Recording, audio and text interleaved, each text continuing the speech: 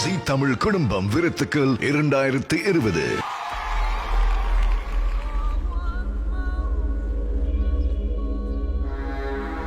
தன்மானம் நிறைந்த தமிழ் பெண்களின் வீரம் அவர்களின் சோகத்தில்தான் அதிகம் சோதிக்கப்படும். அந்த வகையில் அரியநாச்சி நம் தமிழ் சினிமாவின் வேலுநாச்சி.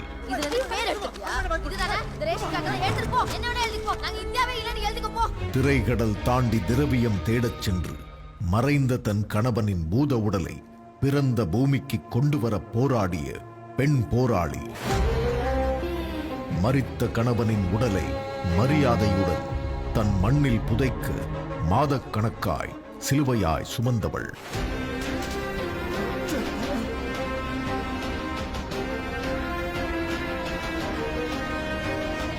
கணவன் பெயர் ரணசிங்கம். நம் காதில் விழுந்த அழுகை குரலின் ஆவணப்படம். பலர் காயங்களின் வடுக்களை காட்சிப்படுத்திய தேசிய படம்.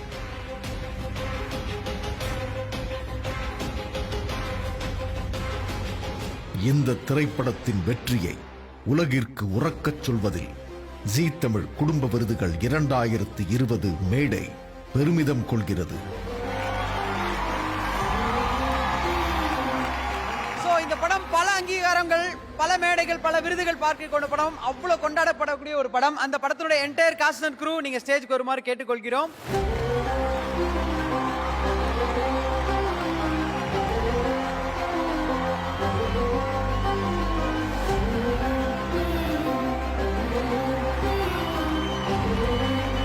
காப்பே ரணசிங்கம் இந்த படம் மக்களோட மனசுல அவ்வளவு ஆழமா பதிஞ்சிருக்கு. உங்களுக்கு விருது கொடுக்கறதுக்காக ஒரு ரொம்பவே முக்கியமான ஒரு ஸ்பெஷல் பர்சன் வராங்க. அவங்க பத்தின ஒரு சின்ன ஏவி. வறண்ட நிலமும் வறுமையில் வாடும் மக்களும் நிறைந்த பூமிதான் ராமநாதபுரத்தில் அமைந்த கீழக்கரை. வானம் பார்த்த பூமியில் தொலைத்த வாழ்க்கையை தேடும் ஒரு வீர மங்கையின் பயணம். என் பேர் பஞ்சவரனாம். எங்கள் வீட்டுக்கார் பேர் முனியசாமி. எங்கள் வீட்டுக்கார் வெளிநாடு போய் டிரைவர் வேலை தான் பார்த்தார். 2 பொம்பளை பிள்ளையா இருக்க, இங்கேருந்து சம்பளம் கட்டலையே, இன்னமும் அங்கிட்டாக்கும் போய் பார்ப்போம் அப்படின்னு நினச்சி போனாங்க. ஆஸ்பத்திரியில் போய் முடியாமல் போயிட்டாங்க. பொண்ணு வந்துச்சு. அதுக்கு பின்னாடி நாள் கோமா சைஸுக்கு போயிட்டான்னு ஆஸ்பத்திரியிலேருந்து பொண்ணு போட்டாங்க. 2 மாதத்துக்கு பின்னாடி இறந்து போயிட்டோம்னு அங்கேருந்து செய்தி வந்துச்சு. தனது குடும்பத்திற்காக கடல் கடந்து தன் கனவை தொலைத்த தொழிலாளியின் சிரித்த சில நிமிடங்களுக்குள் விழித்திரை உடைத்து நீர்த்திரையாக மாறியது. இப்பெல்லாம் ஒவ்வொரு நேரமும் கல்லெடுத்து தலையில வைக்கலாம். நம்ம கொஞ்சம் படுத்திருந்தோம்டா, ஏதோ ஒரு கடை தெரு விளையாடணும்னு பழச்சிருக்கலாங்க. இப்படிலாம் கஷ்டப்பட முடியாது அப்படின்னு சொல்லி ஒவ்வொரு நேரம் நினைச்சு போக முடியாது சார். நம்ம பிள்ளைகளையாக்கும் நல்லா படிக்க வைக்கணும், ஒரு நிலைமைக்கு நம்ம பிள்ளைகளை நல்லா கொண்டு வரணும் அப்படின்ற ஒரு நினைப்புல தான் எல்லாமே கஷ்டப்படுறேன். கடல் தாண்டி சென்று தன் கணவனின் உடலை மீட்க போராடி துயரங்களை தாங்கிய பெண்மணி. என் பிள்ளைகளையும் கூட்டிக்கிட்டு போனேன். போய் அலைஞ்சுதான் வாங்கணும். அதோட அப்புறமாட்டி 3 மாதம் சென்று வந்துடுச்சு சார். அந்த பின்னாடி தான் போய் காலையில் வந்துச்சு. நாங்கள் ராத்திரி வந்துச்சு. காலையில் அடக்கம் பண்ணணும்னு சொல்லி போனோம் சார். போய் பார்த்த பின்னாடி தான் தெரிஞ்சிச்சு. என் மக்கள்லாம் கலந்து கத்துனா, எங்கள் அப்பா என்ன கலரில் போச்சு, இந்த கலரில் எங்கள் அப்பா எங்களுக்கு தந்திருக்காங்களே அப்படின்னு சொல்லி கத்துனா.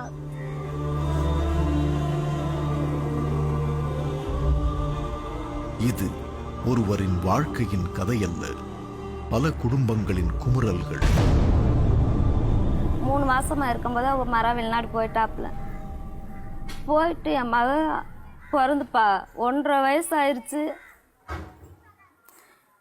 அப்போ 6 மாதத்துக்கு பிறகுதான் தெரியும் அவங்க இறந்ததா.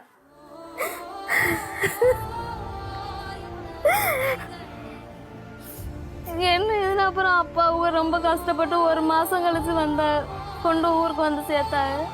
ரொம்ப கஷ்டப்பட்டு போராடி தான் அவளை கொண்டு வந்தாங்க.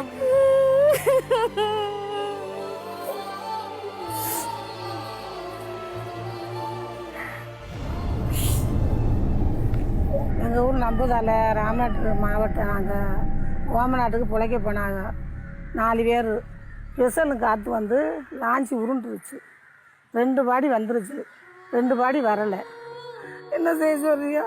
மருமையனையும் மகனையும் கொடுத்துட்டு நாங்கள் பண்ணுற சிரமங்களை தான் தெரியும்.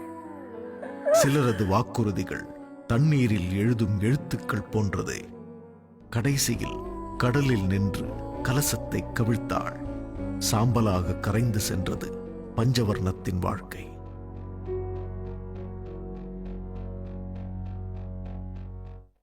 இப்போ நம்ம பார்த்த அத்தனை பேரும் ஆடம்பரத்துக்காக வெளிநாடு போனவங்க இல்லை, அத்தியாவசியத்துக்காக வெளிநாடு போனவங்க. இந்த படம் அத்தனை பேரோட வாழ்க்கையோட பிரதிபலிப்பாக தான் நம்ம பார்க்குறோம். ஸோ இந்த இடத்துல இந்த படைப்புக்கு ஒரு மிகப்பெரிய கைத்தறல் கண்டிப்பாக கொடுத்தே ஆகணும். ஸோ நாங்கள் எவ்வளவோ யோசித்தோம், இவங்க கையால் தான் அந்த விருது உங்களுக்கு வந்து சேரணும் அப்படின்றது எங்களோட ஆசை. ஸோ அவங்கள கூப்பிட போகிறோம். இப்போது நல்ல கைத்தட்டல் கொடுக்கலாம். ஏன்னா தனி ஆளாக நின்று தன்னோட குடும்பத்தை தோளில் சுமக்கிறவங்க அவங்க. பஞ்சவர்ணம் அவர்களை அன்போடு மேடைக்கு அழைக்கிறோம்.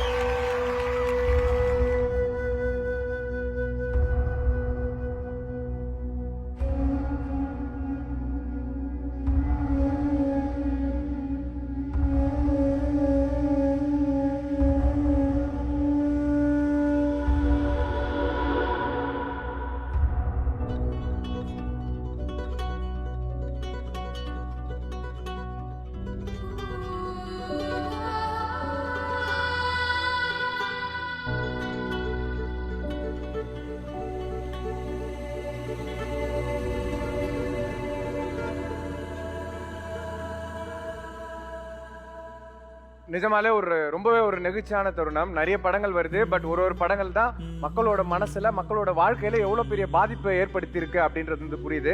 அண்ட் இந்த படத்தை வந்து விருமாண்டி சார் எடுக்கும் போதே சொன்னாரு, இந்த மாதிரி நிறைய கதைகள் இருக்கு, ஒரு ஒரிஜினல் கதையோட இன்ஸ்பிரேஷனா தான் அந்த கதையே நான் உருவாக்கணும் அப்படின்ட்டு. ஒரு சில வார்த்தைகள் இந்த படத்தை பத்தி மட்டும். முதல்ல என் தயாரிப்பாளர் ராஜேஷ் சாருக்கும், என்னை இந்த இடத்துல நிற்க வச்ச எங்கள் அப்பா நடிகர் பெரியருப்பு தேவருக்கும், எங்கள் அம்மாவுக்கும், என் குடும்பத்துக்கும், மாப்பிள்ளை சண்முகத்துக்கும், ஹீரோ சார் மேடமுக்கும் அனைவருக்கும் நன்றி. நம்ம சென்னையில் இருக்க கார்கோலம் மட்டும் கிட்டத்தட்ட ஒரு 2 மாதம் உட்காந்துருந்தேன். காலை 4 மணி போய் உட்காருவேன், அது பாடியோடய போய் ட்ராவல் பண்ணுவேன். இந்த மாதிரி நிறைய இன்சிடென்ட் இருக்குது. அந்த அம்மா பார்க்கும்போது எனக்கு ரொம்ப எமோஷன் ஆகிடுச்சு. இது மாதிரி நிறையா நான் பார்த்துருக்கேன். நீங்கள் படத்தில் பார்த்துருப்பீங்க. இது வந்து 1% தான், இந்த 99% எமோஷனல் இருக்குது. அவ்வளோ பேர் வந்து இந்த வாழ்க்கையை வாழ்ந்துட்டுருக்காங்க.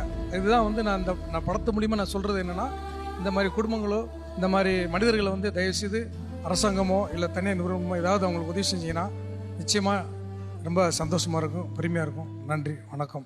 Thank you so much. அண்ட் தேங்க்ஸ்ண்ணா. அண்ணா இவ்வளோ நேரம் இருந்து பொறுமையாக இருந்ததுக்கு ரொம்ப நன்றிண்ணா. நீங்கள் உங்களோட இருக்கையில் அமரலாம். தேங்க்யூண்ணா.